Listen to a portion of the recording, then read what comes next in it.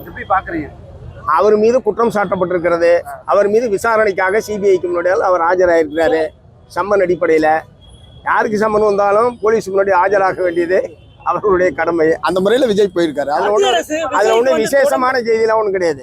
தொடர்ந்து மத்திய அரசு விஜய்க்கு தொடர்ந்து நெருக்கடிகள் கொடுக்குது கூட்டணிக்காக அப்படின்ற மாதிரி ஒரு குற்றச்சாட்டு. இல்ல பிஜேபி அரசாங்கம் பொதுவாக தனக்கு வேண்டாதவர்கள் மீது அமலாக்கத்துறை, வருமான வரித்துறை அல்லது புலனாய்வுத்துறை இவற்றையெல்லாம் பயன்படுத்துவது என்பது நீண்ட காலமாக அவர்கள் கடைபிடிக்கக்கூடிய ஒரு அணுகுமுறை. அல்லது தான் வளைக்க வேண்டும் என்று விரும்பக்கூடியவர்களை இந்த நிறுவனங்களை எல்லாம் பயன்படுத்தி கட்டாயப்படுத்தி வளைத்துக் கொள்வது என்பதும் அவர்களுடைய அணுகுமுறையாக இருக்கிறது. அதனால் இந்த மாதிரியான வரக்கூடிய செய்திகளில் உண்மை இல்லை என்று சொல்ல முடியாது. ஆனால் கரூர் நெரிசல் மரணத்தை பொறுத்தவரை மத்திய புலனாய்வுத்துறை விசாரணை வேண்டும் என்று கேட்டது விஜய் அவர்களை தவிர நாங்கள் கிடையாது. அவர் கேட்ட விசாரணைக்கு தான் அவர் இப்போ ஆஜராயிருக்கிறார்.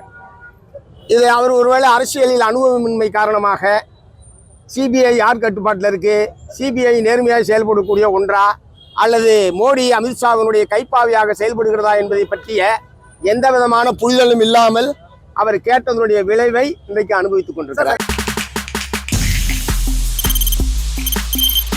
தவிர்க்க முடியாத தம்ப்நெயில்ஸ், கலக்கலான கண்டென்ட்ஸ், சினிமாவும் சீரியஸ் பிரச்சனைகளும், பல வருடங்கள் இடைவெளிக்கு பிறகு இந்த படத்துல ஒரு கலகலப்பும் கைகலப்பும் போயிட்டே தான் இருக்காரே தவிர பிரேக்கே இல்லாமல் பிரேக்கிங் நியூஸ் சொல்லும் தந்தி டிவி ஆப். இன்ஸ்டா தலைமுறை வரை இறங்கி அடிக்கும் தந்தி டிவியின் டிஜிட்டல் எக்ஸ்க்ளூசிவ். அது தண்ணிக்குள்ள போகும்போது ஹேங் ஆயிடுச்சு. உங்களுக்கு விஜய் சார் எந்த அளவுக்கு ரொம்ப பிடிக்கும்? Of course, Malayalis are huge Vijay sir fans. ரெண்டு பேருமே ரொம்ப பிடிக்கும் எனக்கு. தந்தி டிவி ஆப்பை இலவசமா டவுன்லோட் செய்யுங்க. ஃபாலோ பண்ணுங்க, சப்ஸ்கிரைப் பண்ணுங்க, என்ஜாய் பண்ணுங்க.